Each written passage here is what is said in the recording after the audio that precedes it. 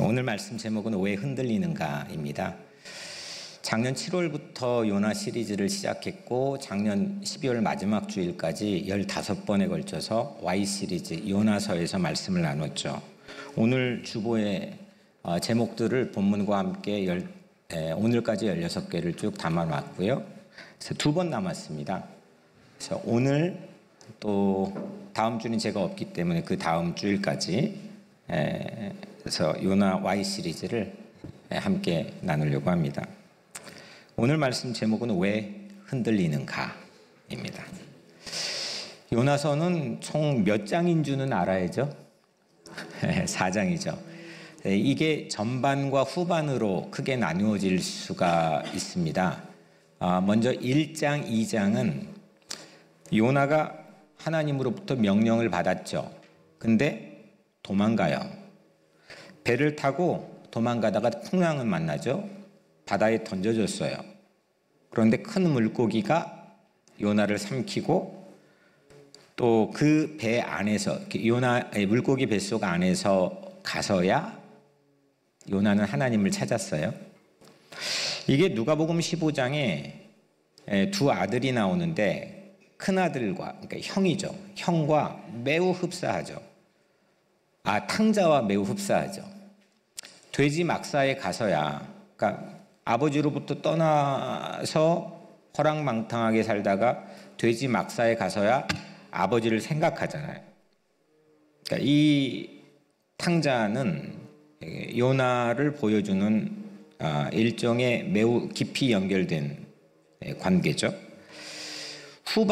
요나서의 후반의 3장과 4장은 요나에게 두 번째 말씀이 임했어요. 그런데 이번에는 순종했어요. 니느웨까지 가서 하나님 말씀한 대로 심판을 외쳤고 니느웨는 회개했고 하나님은 용서하셨어요. 이런 니느웨의 변화되는 모습을 보고 요나는 성이 났죠. 화가 났어요. 그리고 니느웨 도시에서 바깥으로 동편의 자리를 잡고 뛰쳐나왔어요. 이 또한 누가복음 15장에 이번에는 형의 모습과 똑같죠. 동생을 이렇게 바깥에 나가서 그냥 막 살다가 돌아온 동생을 받아주고 그리고 용서한 아버지에게 형이 집에 오다가 보고 화가 나죠. 집에 안 들어가요.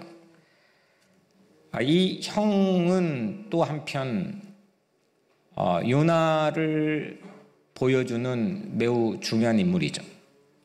요나는 그래서 탕자였다가 형이었다가 누가복음 15장이 예수님이 하신 이 탕자의 비유 이야기는 이 탕자와 형, 이 두 인물이 인류를 대변해 주는 거예요. 누구를 막론하고 빠져나갈 틈이 없이 모두를 대변해 주는 거죠. 그런데 요나는 자기 한 사람 안에서 이 모두를 다 품고 대변하고 있어요. 마치 첫 번째 사람 아담처럼 인류를 대변해 주는 사람이 요나일지도 모르겠어요. 탕자였다가 형이었다가 요나는 막 흔들려요. 이 흔들리는 요나를 위해서 하나님께서는 4가지 특별한 예비를 하세요. 1장 17절에는 물고기를 예비하사, 4장 오늘 본문의 6절에는 박농쿨을 예비하사, 그리고 그 다음 7절에는 벌레를 예비하사, 그리고 8절에는 뜨거운 동풍을 예비하사. 이 4가지 특별한 하나님이 예비하신 소품들 중에 3가지나 오늘 본문에 담겨 있어요. 먼저 박농쿨을 봅시다. 하나님께서 박농쿨을 갑자기 자라게 하셔서 요나의 머리 위로 넘어서 크게 자라나요? 그리고 그늘이 만들어져요. 요나는 크게 기뻐했어요. 다음 날 새벽 그런데 또 벌레가 그 박넝쿨을 갉아먹어서 박넝쿨이 전부 시들어져 버렸어요. 해가 뜨자 뜨거운 동풍이 불었고 요나는 이 뜨거운 해가 자기 머리에 쪼이니까 정신이 혼미해져서 급기야 4장 3절에 이어서 두 번째로 하나님에게 죽기를 자처해요. 이게 오늘 본문의 이야기인데 마지막에 요나가 과연 성내는 것이 옳은지 너 왜 성내라고 묻지 않으시고 하나님이 네가 성내는 게 옳으니? 라고 물으셨고 요나는 아주 고집스럽게도 성내어 죽기까지 옳으니이다. 이렇게 답해요. 막 나가는 거죠. 요나는 기뻤다가 화냈다가 탕자였다가 형이었다가 심지어는 죽고 싶다고 하기까지. 왜 이렇게 흔들릴까요? 여러분들은 안 흔들리시나요? 여러분들의 눈빛은 나는 안 흔들려요. 이런 눈빛 안 흔들리나요? 조석으로 저는 흔들릴 때가 많이 있는데 오늘은 이 요나의 이 짧은 본문을 통해서 한 사람의 흔들리는 과정을 우리가 한번 추적해 보려고 합니다. 먼저 첫 번째로 사이비가 흔들어요. 사이비가. 이게 뭔가 박넝쿨이 자기 머리 위로 요나 머리 위로 자라나서 뭐가 만들어졌다고요? 그늘이 만들어졌어요. 요나가 기뻐했어요. 그런데 여기에서 문제가 보이더라고요. 어떤 문제냐면 박넝쿨이 자라기 이전에 요나는 어디에 있었느냐 하면 바로 직전절인 요나서 4장 5절에 보면 요나가 자기를 위하여 초막을 짓고 그 성읍에 무슨 일이 일어나는가를 보려고 그 그늘 아래에 앉았더라. 어디 있었다고요? 초막 그늘 아래에 앉아 있었어요. 그러면 지금 뭐가 또 하나님 잘하겠죠? 박넝쿨이 자라게 해서 그늘이 만들어졌어요. 두 개의 그늘이 겹치잖아요. 초막의 그늘은 어디 간 거죠? 이게 제게는 문제로 보였어요. 하나님은 박넝쿨 그늘을 자라게 하셨는데 초막의 그늘은 그러면 어떻게 된 걸까? 하나님은 초막의 그림자를 박넝쿨의 그림자로 대체하셨어요. 요나가 자기를 위해 셀프 서비스한 보호를 하나님의 보호로 대체해 주시는 거죠. 요나가 만든 평화를, 요나가 생각한 평화를, 요나가 바라보고 구경할 평화를 하나님의 평화로 대체해 주신 거예요. 니느웨의 회개가 얼마나 지속될지 그래 한번 두고 보자라고 구경하려고 만든 초막 그늘 아닙니까? 그 초막 그늘은 사이비 건축물이었던 거죠. 사이비예요. 요나가 흔들렸던 거는 사이비 때문이에요. 가짜는 우리를 속여요. 그래서 어느 순간 정작 우리를 흔들게 하는 주된 원인이 되는 거죠. 내가 어떻게 여기까지 달려왔는데, 어떤 마음으로 내가 대의를 위해서 여기까지 온 건데, 내 노력과 공력으로 세웠던 사이비 건축. 하지만 그 건축 안에서 나조차도 잘 다스려지지가 않는, 나를 좀처럼 매니지하기가 어려운 사이비 건축. 좀처럼 가라앉지 않는 분노 때문에 이 분노의 벌레가 나를 갉아먹는 사이비 건축. 그 사이비가 요나를 흔들리게 했어요. 우리는 흔들릴 때 다 이유가 있죠. 합당한 명분이 있죠. 하지만 오늘 요나는 사이비가 흔들고 있는 거예요. 예수님도 사이비의 평화를 허무시고 대체해 주신 말씀을 하신 적이 있어요. 요한복음 14장 27절, 평화를 너희에게 주노라. 내가 너희에게 주는 것은 세상이 주는 것과 같지 아니하니라. 세상이 주는 것과 같지 아니한 예수님이 주는 평화가 진짜라는 거고, 세상이 주는 것은 사이비라는 거죠. 초막은 이런 의미에서 요나 자신을 비춰주는 거울 같다 생각해요.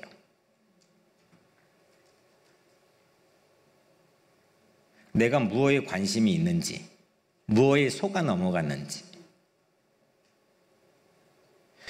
그 나를 비춰보기가 어렵거든요. 늘 남을 보고 사니까. 내 눈은 남을 향하고 있기 때문에 나를 보기가 참 어려워요. 이런 의미에서 대체해 주신 박농쿨 이전에 초막의 그늘은 요나를 비춰볼 수 있는 일종의 거울이라고 생각해요. 사이비를 대체하시는 것은 흔들리지 않는 요나를 예비하시기 위함이죠. 우리는 큰 물고기, 이런 박농쿨, 거기에 혹하기가 쉽죠. 그런데 정작 이렇게 소품을 특별하게 준비하여 예비하신 모든 하나님의 예비하심은 한 사람을 예비하기 위함이죠. 하나님의 사람, 하나님의 자녀, 하나님의 종을 예비하시기 위함이죠. 이런 의미에서 박농쿨도 나를 비춰주는 거울이 될 수 있죠. 하나님은 나를 속이는 그런 사이비들을 제거해 주시는 줄로 믿습니다. 그리고 품질 보증의 거울로 나를 대체해 주십니다. 이렇게 무너지고 허물고 새로 대체되는 이 과정, 철거와 대체의 이 과정은 오늘 5절, 읽지 않는 5절과 6절로 넘어오는 과정에 숨겨져 있는 것 같지만 이 철거와 대체의 과정, 이 과정은 한 사람을 향하고 있는 하나님의 깊으신 마음입니다. 이것은 지금 이 철거와 대체 이 패턴은 지금 이 시간에도 내 안에서 진행되어야 되는 매우 중요한 거룩한 건축이라고 생각합니다. 그래서 박농쿨은 요나 자신의 운명을 하나님께 내맡기는 거죠. 초막, 자기가 지었던 거를 대체하는 하나님이 세우시고 자라게 하시는 박농쿨에 내 운명을 내어맡기는 과정인 거죠. 더 중요한 건 이 거꾸로 박농쿨은 자신이 자신의 운명을 결정하려고 하는 모든 시도를 중단시키는 거죠. 내가 내 운명을 결정하고 내가 내 주변의 환경의 운명을 결정할 수 있다고 하는 이 인류의 오만한 시도들을 중단시키는 것이 박농쿨이라고 저는 생각합니다. 우리도 오늘날 이 세상에 인류의 운명을 스스로 결정할 수 있다고 하는 많은 시도들이 있는 세상 속에 살아가지만 내 스스로 내 운명을 결정권자로 행사하는 것을 우리는 중단합시다. 그것이 하나님의 손에 내 운명을 진정으로 내어 맡기는 믿음의 삶인 줄로 믿습니다. 우리 각자의 사이비 건축은 무엇일까요? 나를 계속 속여대는 사이비 건축, 나를 흔들리게 하는 사이비 건축은 무엇이 있을까요?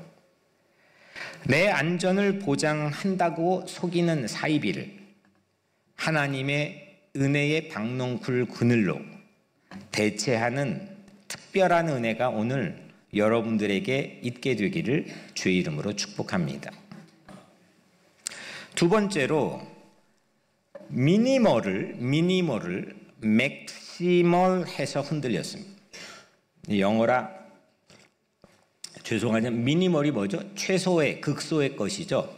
요즘 젊은 트렌드가 미니멀리즘, 그러니까 삶을 단순화시킨다는 거죠. 미니멀 패션 뭐 이런 것들이 있죠. 맥시멀은 거꾸로 최대의 것, 거의 전부에 가까운 최대의 것이죠. 미니멀을 맥시멀해서 흔들리는 건 우리 삶에 다발적으로 반복된 주된 모습입니다. 하나님은 이번엔 벌레를 예비하셔서 그 그늘나무를 갉아먹게 했습니다.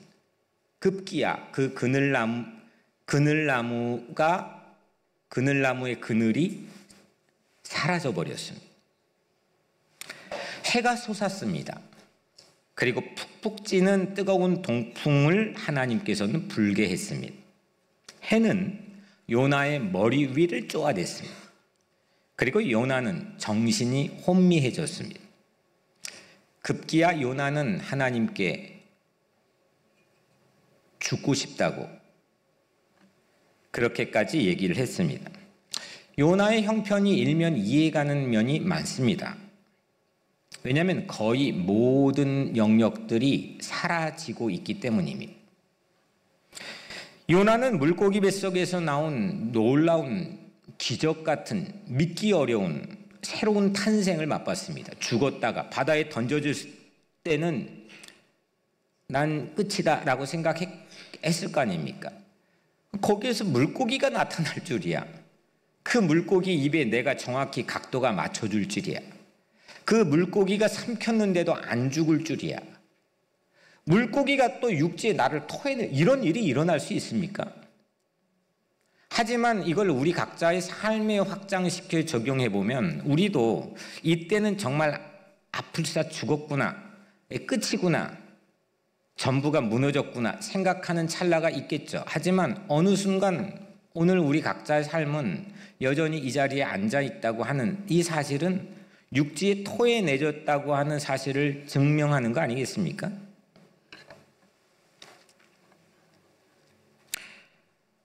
요나는 그 물고기 뱃속에서 회심도 했습니다. 그리고 순종도 했습니다. 그런데 지금 아무 일도 요나 생각엔 일어나지 않았습니다. 40일이 지나면 니느웨가 무너질 것이라고 하나님께서 신신당부의 그 말씀을 전하라고 했는데 40일이 지나도 니느웨는 멀쩡했습니다. 도리어 근사한 모습으로 개혁하고 혁신되어 갑니다. 급기야 잠시 동안 기쁨을 자기에게 안겨줬던 박농쿨 그늘이 사라져버렸습니다. 어느 면에서 요나가 지금 이렇게 반응하는 게 이해가 가는 면이 저는 있습니다. 그런데 그 순간 요나는 이브가 받았던 시험에 넘어가고 있는 중입니다. 이브는 첫 번째 여자죠. 뱀이 그 이브에게 이렇게 말합니다.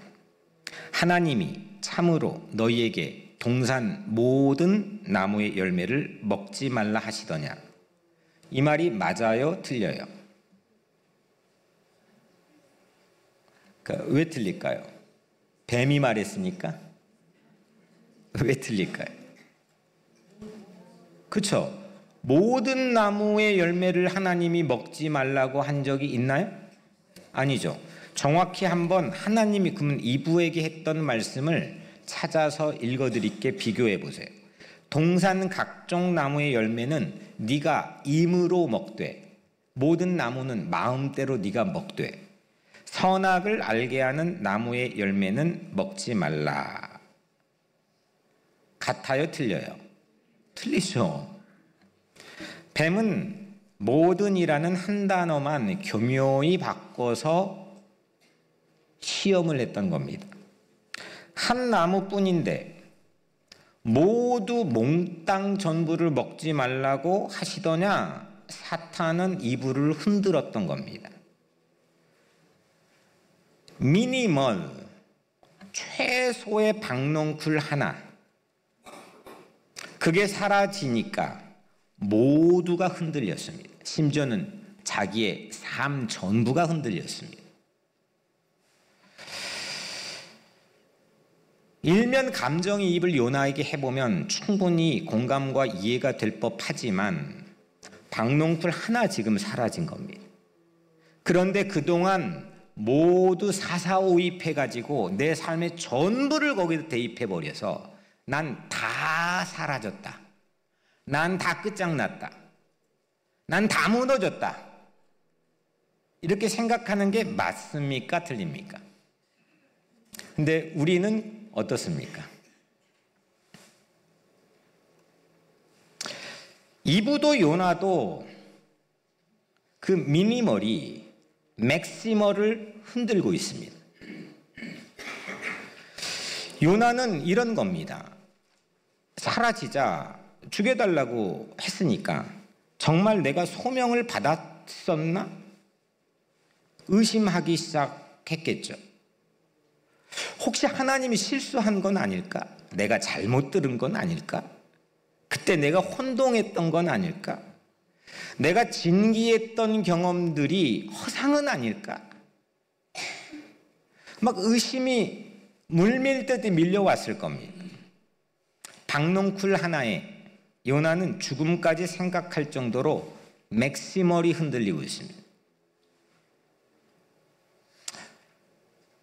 우리도 모든 게 무너질 때가 있죠. 근데 모든 게 무너질 때 사실은 그 단초는 미니멀일 때가 대부분일 겁니다. 작은 것, 극소의 것, 매우 단순한 것, 하자는 것. 그 하나가 흔들리니까 내 전부가 흔들려 버리는 경우가 우리에겐 있을 수 있다는 거죠. 바울이 이렇게 그 상황을 고린도전서 15장 19절에서 말합니다. 만일 그리스도 안에서 우리의 바라는 것이 다만 이생뿐이면 모든 사람 가운데서 우리가 더욱 불쌍한 자라. 만약 네가 지금 희망하는 것, 기대하는 것, 바라는 것이 이생뿐이라고 한다면 난 다 잃었는데, 바울은 지금 내 갖고 있는 것 다 잃었는데, 그럼 나는 뭐가 되냐? 난 진짜 가여운 사람, 세상에 가장 불쌍한 사람이 되고 말 거다. 나는 하지만 내 바라는 게 이 이생뿐만이 아니라는 겁니다. 이건 미니멀이라고 하는 겁니다. 영원이라고 하는 맥시멀이 내 눈에 보인다는 겁니다. 그래서 나는 불쌍하지 않다는 겁니다. 내가 고의로 또 타의로 내 가지고 있는 모든 것들이 바울에게서 상실되고 잃어버렸다고 생각할지는 모르겠지만 그걸 이생뿐이라고 이생을 맥시멀이라고 생각한다면 그럴 수도 있겠지만 나는 그렇게 생각하지 않는다는 겁니다. 박농쿨 하나로 무너지는 요나에게 그동안 하나님이 지나게 하셨던 큰 태풍, 물고기 뱃속, 이게 과연 모든 게 다 헛된 것이었을까요? 우리는 어떤 안 좋은 상황에서 좋았던 모든 것까지 싸잡아 다 잃어버릴 때가 많이 있잖아요. 니누의 근사한 변화에 지금 마음이 꽂혀 있거든요. 왜 쟤네들이 근사해야 돼? 왜 쟤네들이 혁신해야 돼? 왜 쟤네들은 바뀌어야 돼? 배가 아픈 걸 넘어서 참지를 못하는 건데 거기에 꽂혀 있는 요나는 박농쿨 하나 고작 사라지자 다 몽땅 쓸모없는 일이 돼버린 겁니다. 죽고 싶다는 겁니다.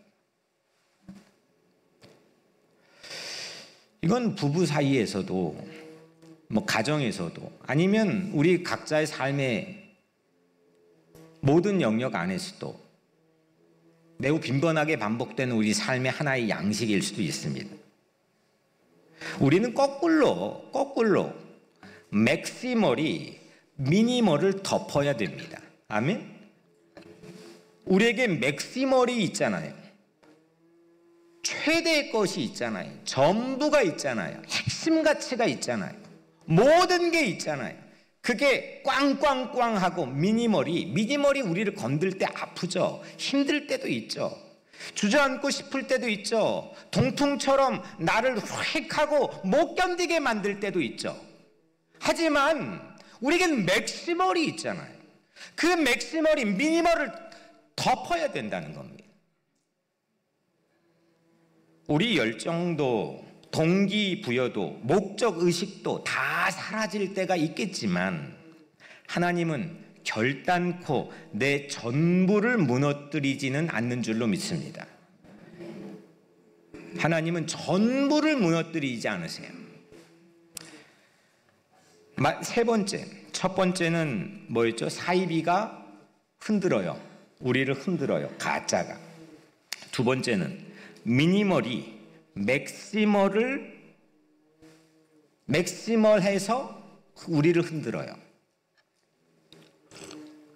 세 번째는 박농쿨 그늘을 요나가 붙잡을 수 있을까요? 입니다. 박농쿨이 대체 뭐길래 요나를 이렇듯 흔들까요? 박농쿨. 여러분들 박 보신 적 있나요? 네, 저도 어린 시절 시골에 자랐기 때문에 박을 곧잘 보긴 했지만 이건 히브리어로 키카욘입니다. 키카욘. 근데 이게 우리가 흔히 생각하는 박이 아니고 이건 오히려 더 많이 아주까리로 번역된 번역들이 더 많고 하지만 이 키카욘은 정체불명의 미지의 나무입니다. 이건 어떤 식물의 과나 목을 가리키는 게 아니고 누구도 이걸 밝혀내지 못합니다. 강력한 도시 외곽에서 요나가 다 자포자기하기 일보 직전 그 박농쿨 그늘은 요나에게는 일종의 썩어도 준치라는 것을 느끼게 해줬을지 모릅니다. 다 자포자기할 찰나에 그래도 내 그늘이 이렇게 하나님이 나를 옆에 있지. 난 하나님 믿는 사람이지. 나에겐 이런 일들이 끊임없이 일어나지. 나는 썩어도 준치야. 뭐 이런 일종의 자긍심을 느끼게 해주는 게 박농쿨 그늘이었을 거라고 생각합니다. 마치 누가복음 15장에서는 아버지 곁을 한 번도 떠난 적이 없던 형에게 일종의 아버지의 그늘이 이 요나에게는 박농쿨 그늘이 될 수 있는 거죠. 나 아버지 곁은 떠난 적이 없어. 내가 언제 아버지를 섬겨 그 명을 어긴 적이 있습니까? 그렇게 탄원하잖아요. 이게 일종의 자기에게 있는 훈장인 겁니다. 흔들리는 오늘에도 내일을 보장할 보증수표와 같은 것이 요나에게는 박농쿨 그늘이었고 형에게는 아버지의 그늘이었던 셈이죠. 그런데 문제는 그것마저 사라져버렸습니다. 그것마저 없어져 버렸습니다. 여러분들 그늘 여러분들 아래에 있던 적 있죠? 그 그늘을 붙잡을 수 있는 사람이 있습니까? 그늘을 나는 여기 조금 3시간 더 하고 붙잡을 수 있는 사람 있으세요? 박농쿨 그늘은 누가 줬죠? 하나님이 주셨죠. 그러면 박농쿨 그늘이 하나님이십니까? 하나님이 박농쿨 그늘을 줬지만 박농쿨 그늘이 하나님은 아니죠. 그건 일종의 하나님을 보여주는 이정표이기도 하고 상징이죠. 가시적, 눈에 보이는 상징입니다. 요나는 그 눈에 보이는 상징에만 붙잡혀 있었던 사람입니다. 거기에 집착해 있었고 그걸 붙들려고 하는 사람이었죠. 형에게도 자기가 내세울 훈장이 아버지의 그늘이었던 셈입니다. 누가복음 15장 29절에 내가 여러 해 아버지를 섬겨 명을 어김이 없거늘 어떻게 나에겐 이럴 수 있습니까? 라고 하는 자기의 훈장을 단서로 내건 겁니다. 가시적 상징으로 은혜가 확실해질 때는 잘 나갔지만 그게 사라지자, 그 눈에 보이는 가시적 상징이 눈에 사라지자 모든 신뢰, 믿음, 은혜가 불확실해졌습니다. 흔들렸습니다. 우리도 이런 패턴을 반복합니다. 박넝쿨이 죽을 때 요나는 고작 그 상징에 집착했던 자신의 습성이 모든 게 탄로가 난 겁니다.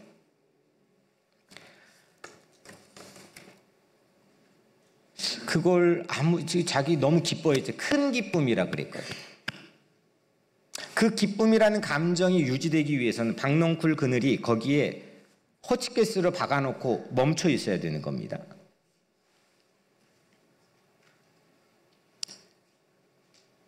근데 그게 멈춰집니까? 내가 그래도 왕년에 어떤 집회에 참석해서 큰 은혜와 체험을 했는데 그 은혜의 체험이 오늘에도 여전히 멈춰서 붙들 수 있습니까?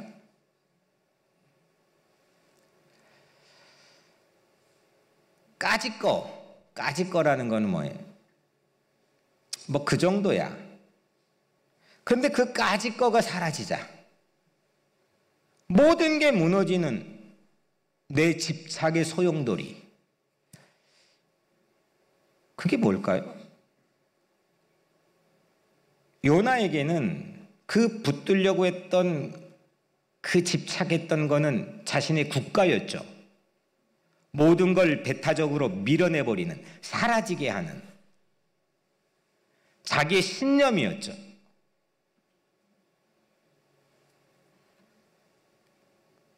그늘 위에 모든 걸 밀어냈던 거죠. 그걸 붙잡고 모든 걸 밀어내는 거죠.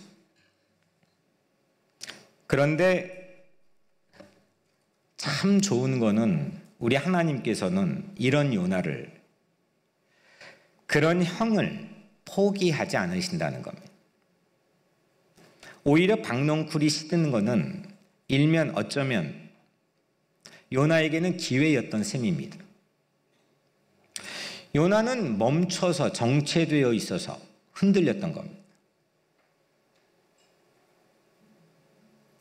갱신하지 못해서, 하나님이 이끄신 그 흐름에 박자를 못 맞춰서, 그래서 무언가에 자기가 첫 번째 은혜 받았던 어떤 순간에 꽂혀서, 특별한 신비한 경험에 꽂혀 있어서 그래서 흔들렸던 겁니다. 새로운 탄생의 순간에 머물 수 없었는데, 자기가 고래 뱃속에서 나왔든 뭐했든 그 순간 그 찰나에 머물 수 없었는데 그 머물려고 했던 겁니다. 그게 자기의 국가주의였고 자기의 심지어는 신앙이기도 했습니다. 그게 고착화되어 집착되어 있던 대표적인 무리들이 예수님 시대에 바리새파 사람들, 사두개파 사람들, 법에 묶여있는 율법학자들이었습니다. 요나는 고래 뱃속에서 나왔을 때 많은 것들을 알았다 생각했겠죠. 아니, 고래 뱃속에 들어갔다 나왔으니까 그 정도의 체험이면 그 밖에 체험하지 않는 이 세상 모든 영역까지도 어느 정도는 때려 맞춰서 알 수 있다고 생각했을 수도 있죠. 놀라운 경험이죠. 심지어는 그 증거로 600마일을 니느웨까지, 그렇게 가기 싫어했던 니느웨까지 갑니다. 그런데 요나는 여전히 그 집착에서 벗어나지를 못했습니다. 처음 우리가 예수를 믿고 놀라운 은혜를 받았던 그 첫 번째 순간이 내 긴 신앙의 여정의 첫 출발에 불과하다는 것을 이 요나는 몰랐던 것 같습니다. 박넝쿨은 어쩌면 그런 요나를 깊숙이 보여주는 MRI라고 생각합니다. MRI는 인체 내부를 촬영해서 사진으로 탁 하고 보여주는 거죠. 그걸 리딩하는 사람이 따로 있고 찍는 사람이 따로 있고 그걸 적용하는 의사가 따로 있죠. 박넝쿨은 요나를 깊숙이 찍어줘요. 얘가 무슨 생각을 갖고 있는지, 이 뇌에는 도대체 어떤 생각이 고착화되어 있는지. MRI는 뇌나 인대 같은 연조직을 찍을 때 사용되죠. 반면에 CT는 뼈나 폐나 이런 강조직에 유리해요. 요나의 뇌의 영적 종양이 어떤 게 있는지 촬영하는 MRI가 저는 박농쿨처럼 보였습니다. 흘러가는 강물이 흘러가다가 기가 막힌 국립공원 수준의 산세가 보인다고 그래서 잠깐 쉬었다 가자라고 하지 않습니다. 아주 멋진 절벽이 흘러가는 강물 곁으로 있다고 해서 그 절벽을 붙잡지도 않습니다. 흐르는 강물은 아무리 굽이쳐도 높은 곳에서 낮은 곳으로, 좁은 곳에서 넓은 바다로 향하는 겁니다. 다 흘러 언젠가 만나게 될 바다는 오직 하나님이신 줄로 믿습니다.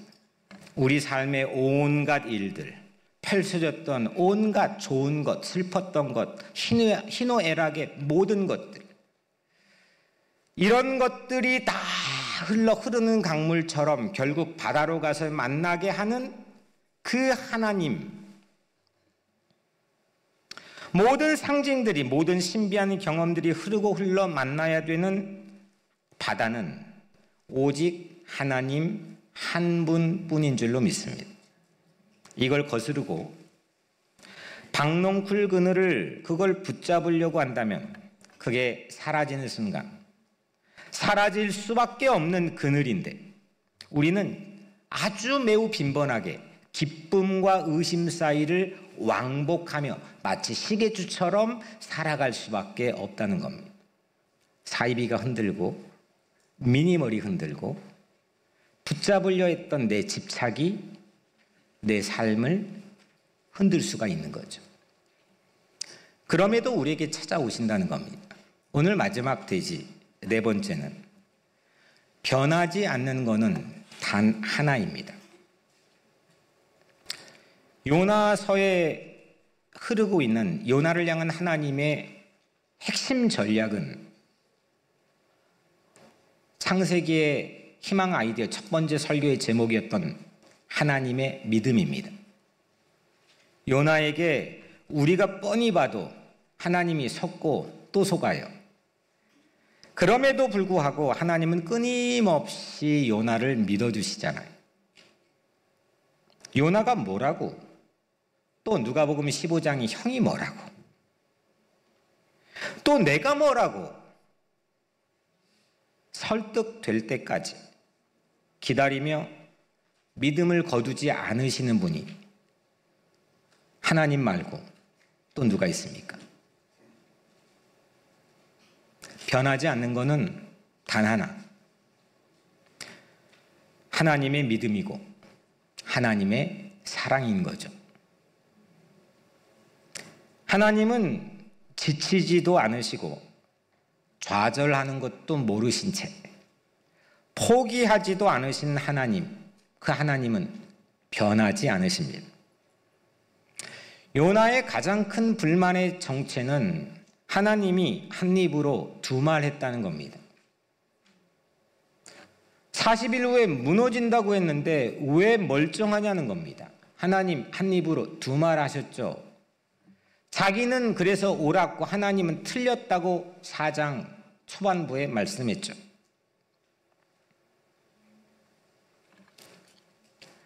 요나는 하나님이 한 입으로 두 말 했다고 쌩 난리를 피고 있지만 하나님은 사실 그대로입니다. 물고기 뱃속에서 나오자 요나에게 들렸던 두 번째 하나님의 명령 3장 2절에 일어나 저 큰 성읍 니느웨로 가서 내가 네게 명한 바를 그들에게 선포하라. 근데 이 명령은 요나서 처음 1장 2절에 나온 요나가 받은 첫 번째 하나님의 명령과 동일합니다. 너는 일어나 저 큰 성읍 니느웨로 가서 그것을 향하여 외치라.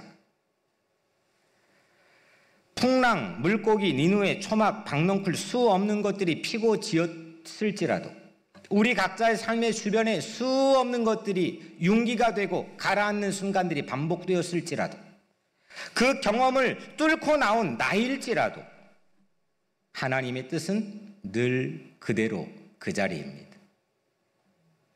그 화려했던 순간들은 우리 삶의 수없는 세월 동안 있었던 화려했던 순간들은 하나님 앞에선 한낱 에피소드에 불과한 겁니다. 이런 하나님의 명령, 도무지 변화할 줄 모르는 늘 신실하신 하나님의 뜻이 내 삶의 핵심 가치라면 우리도 흔들릴 수 없겠죠. 흔들렸다가도 다시 흔들리지 않겠죠. 바울은 로마서 8장 다이아몬드처럼 이 놀라운 고백을 사자우를 토해냅니다. 내가 확신하노니 사망이나 생명이나 천사들이나 권세들이나 현재일이나 장래일이나 능력이나 높음이나 기품이나 다른 어떤 피조물이라도 우리를 우리 주 그리스도 예수 안에 있는 하나님의 사랑에서 끊을 수 없으리라.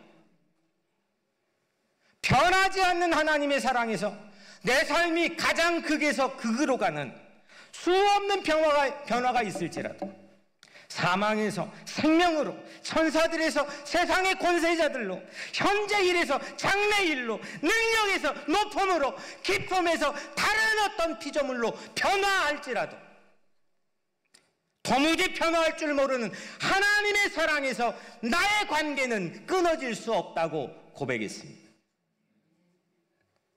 멈추지 않고 지속하는 것은 오직 하나님의 뜻입니다.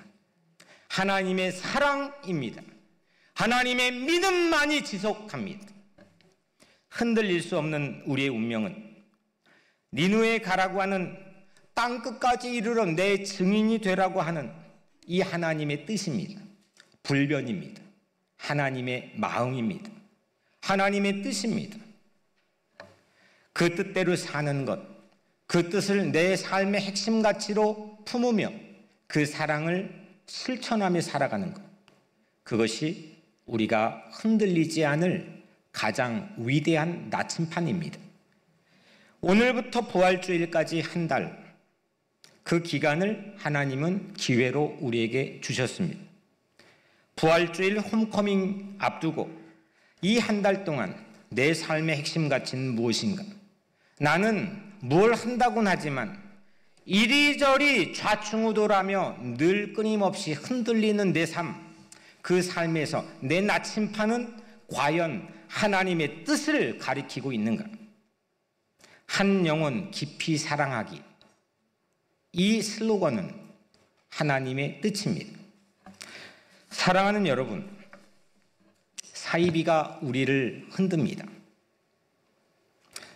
작은 것이 우리의 전체를 자꾸 흔들려 합니다. 눈에 보이는 가시적 상징에 집착하니 흔들렸습니다. 변하지 않는 하나님의 명령에 붙들리시기를 축복합니다. 흔들리지 않는 삶, 흔들리지 않는 그 삶은 모두의 로망이지만 그 흔들리지 않는 삶은 흔들리지 않는 하나님의 뜻으로부터만 비롯됨을 우리 모두가 깨닫게 되기를 주의 이름으로 축원합니다.